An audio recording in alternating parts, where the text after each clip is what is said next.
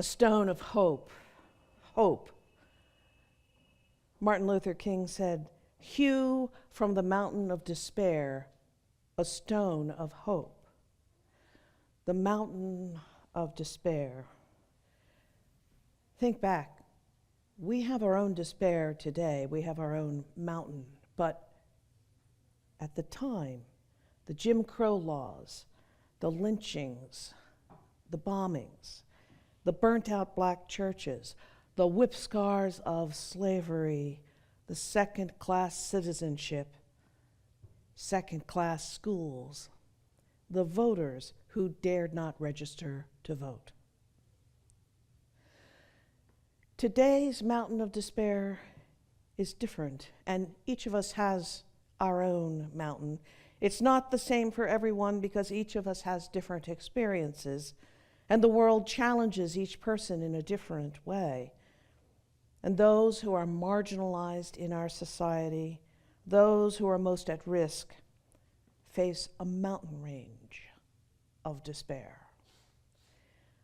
How do we hew out that stone of hope? Notice the king did not say, pick up a stone of hope from the beach or from the bank of a river. He said, hew. Hew. So one thing we know is that he didn't think it was easy. But what is that stone of hope that King invites us to hew from our own mountains, from today's mountains? Last week, Reverend Aaron shared Václav Havel's definition of hope. Hope is not the conviction that something will turn out well, but the certainty that something makes sense, regardless of how it turns out. The certainty that something makes sense. This understanding of hope is what Martin Luther King meant years before Václav Havel. He didn't use those exact words, but he showed us with his life. His life and legacy was about the certainty that his dream made sense. But how does that actually work day to day? What does it mean to hew out that stone, that certainty that something makes sense? King's life and his words invite us to follow 3 principles. First, go deep and know what matters. Ask what values are at the core of my being.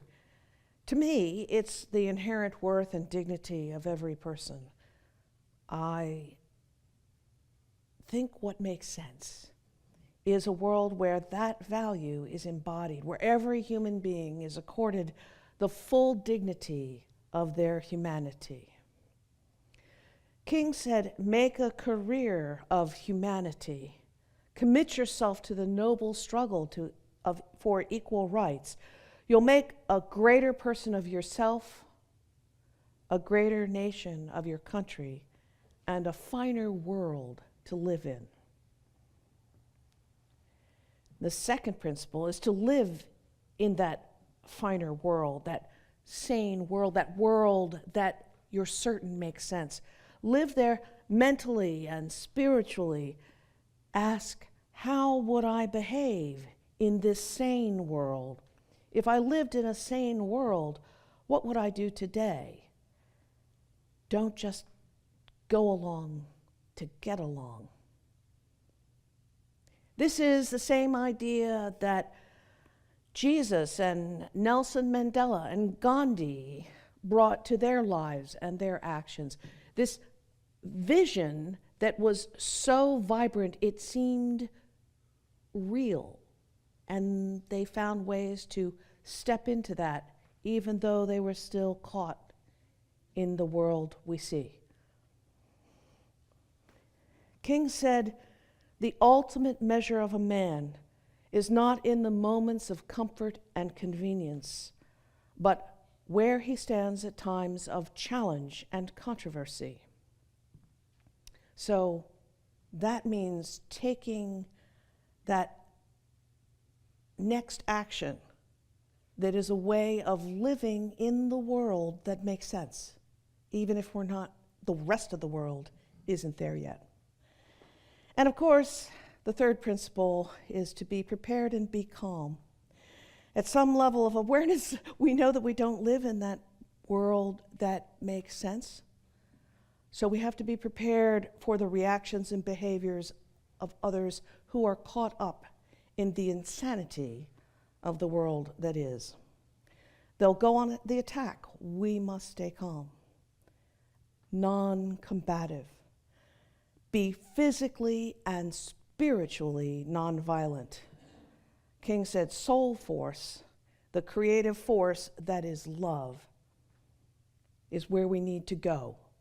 When our days become dreary, he said, with low hovering clouds of despair, and our nights become darker than 1,000 midnights, let us remember that there is a creative force in the universe working to pull down the gigantic mountains of evil, a power that is able to make a way out of no way and to transform dark yesterdays into bright tomorrows. This force is all of us, and the way that we are, without coordination or planning or even knowing what each one is doing, the way that we are co-creating the world that we're certain makes sense to us, the world that we long for. If we're each following those three principles, going deep and knowing what matters. And if we live as if the world of those core values already exists, and if we're prepared to greet reactivity and resistance with calmness and nonviolence, we hew out of the mountain of despair a stone of hope, as the emergent world is the world to which we are committed. When we look back on the civil rights movement, there are so many examples of exactly this process of the three steps, the three principles that King embraced. And we'll start with the lunch counters.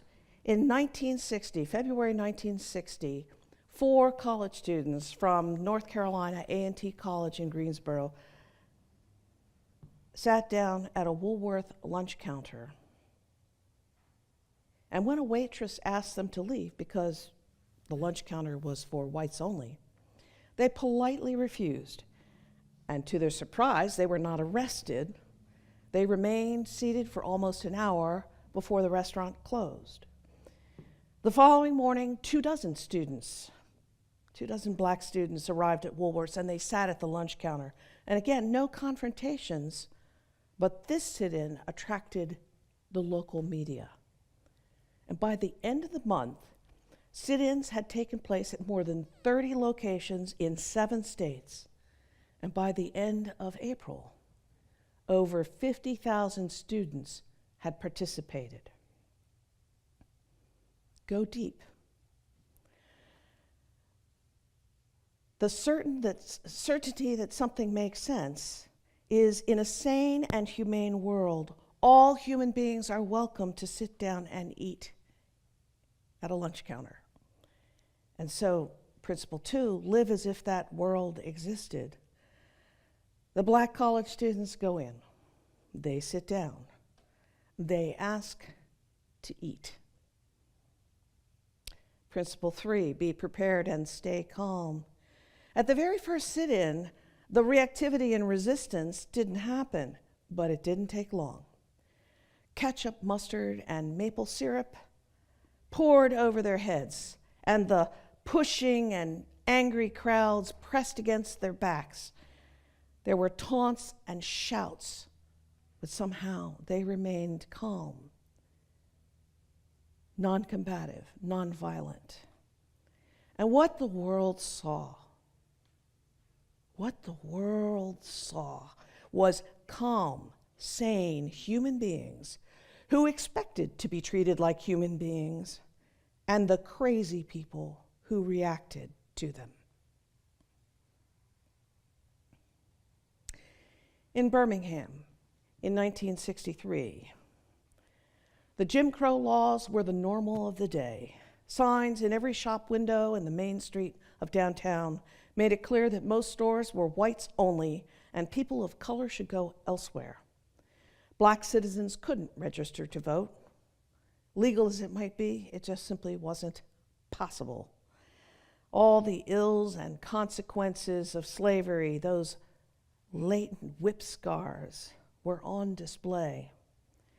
The leaders of the civil rights movement decided that Birmingham, because it was so insane, was the ideal place. It made sense to bring demonstrations there to claim the rights of citizens for Black Americans. The protesters were specifically trained in nonviolence.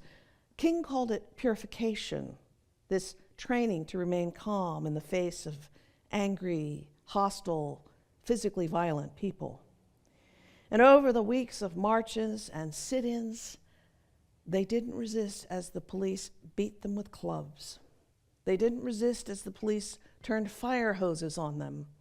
They didn't resist as the police held them and sicked the attack dogs on them. Teenagers and children marched with signs, and the police beat them and turned fire hoses on them and set dogs on them. Children. The three principles. Go deep. The certainty that something makes sense in Birmingham in 1963 was that in a sane and humane world, in a country where citizens have the right to free speech and the right to assemble and the right to petition their government for change, human beings do assemble and speak and petition. Principle 2, live as if that world exists. And so, the Black Americans of the Civil Rights Movement in 1963, supported by a few white allies, but mostly the people who were marginalized, they assembled, they spoke, they asked for change. Principle 3, be prepared and stay calm. All of the protesters, all of them, stayed calm and non-combative. It was in Birmingham that Dr. King was arrested for his part in the protests, and he wrote his letter from the Birmingham jail. And all of these three principles are there, not in exactly those words, but they're in that letter, which was addressed particularly to the group of white clergy who had objected to the demonstrations. And one of the things he said resonates down through the years. Injustice anywhere is a threat to justice everywhere. We are caught in an inescapable network of mutuality. That's what we mean by the emergence of this world that is the world to which we are committed. That's the network of mutuality, whether we see it or not. One of the other things in Dr. King's letter was the whole idea of don't go along to get along, that it's necessary to take action, and that those who act as if the sane world is already present, they aren't the ones who create the tension and the violence. They merely bring to surface the hidden tension that already is alive. They bring it out in the open where it can be dealt with.